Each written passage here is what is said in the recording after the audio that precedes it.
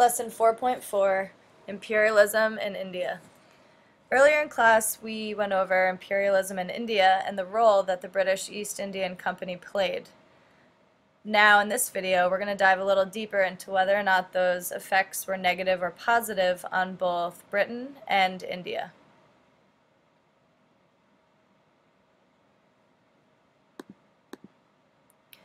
The objective. By the end of this video, you will understand what effects the imperialism of the East India Company had on Great Britain, India, and whether they were positive or negative effects.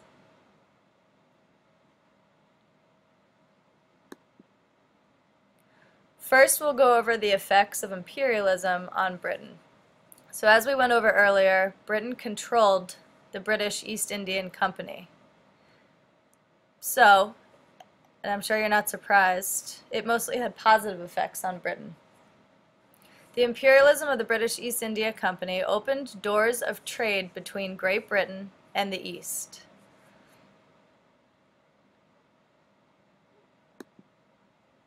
The Industrial Revolution coveted India's raw materials, and India became the #1 exporter of these valuables to the British Empire.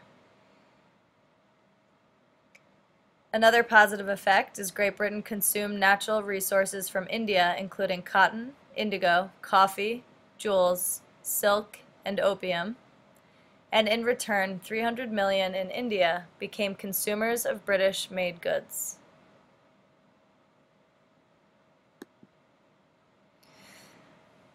Now we'll go over the effects of imperialism in India.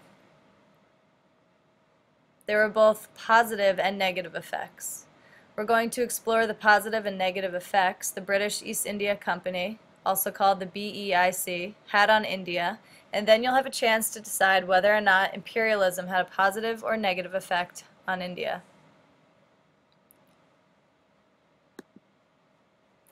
First, we'll go over the positive effects. The British East India Company revitalized India's agriculture by building the following: irrigation canals to help develop cash crops, railroads throughout India to meet the increasing need of transportation of raw materials from the interior to the coast, cotton processing plants and coal mines opened for fuel, factories to produce cotton cloth, telephone lines and telegraph was created and utilized, and English became the official language so all the different tribes could unite under one language.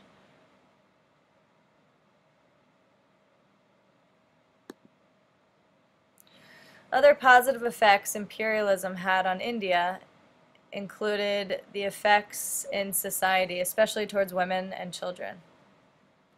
The government passed the Age of Consent Act in 1891 to prevent 10-year-old brides from being forced to complete marriage act until they were 12 and menstruating. The government tried to stop sati, when widows were thrown onto fires where their dead husbands were cremated. So that means if their husbands died first, the women were expected to throw themselves into the fire and kill themselves out of respect. And lastly, British troops cleared central India of thuggees to make it safe to travel. These were some of the positive effects of imperialism on Indian society. Now we'll get into the negative effects. India had 3 million people who were thought to be lesser humans than the British. Society obviously changed. Now, there was a caste system in India, as you guys have already learned. Just to remind you, a caste system is a rigid social class in which you are born into society in a certain class, and you can never advance your role in society.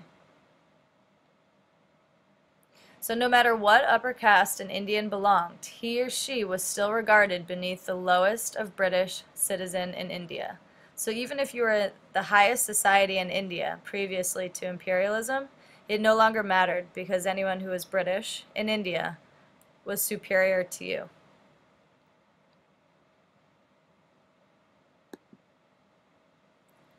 Other social effects negative of imperialism in India. The British officers brought their families to India and would hire 20 to 30 servants to take care of their needs. British often tried to recreate England in India, and they ignored the culture in India. The religion of Christianity was also brought to India by the British and disrupted the way of life. And the Hindu and Muslim religions were not respected, as evident in the Sepoy Mutiny, and this led to massacres and 2 years of bloody rebellion. Remember, the Sepoy soldiers were fighting for the British East Indian Company, but their rifles were greased with pig fat, which was considered highly disrespectful due to their religion. So some negative economic effects. Now that we've gone over social effects, let's talk about how it negatively affected the Indian economy. All their agricultural goods and natural resources were exported to Britain for profit of the BEIC.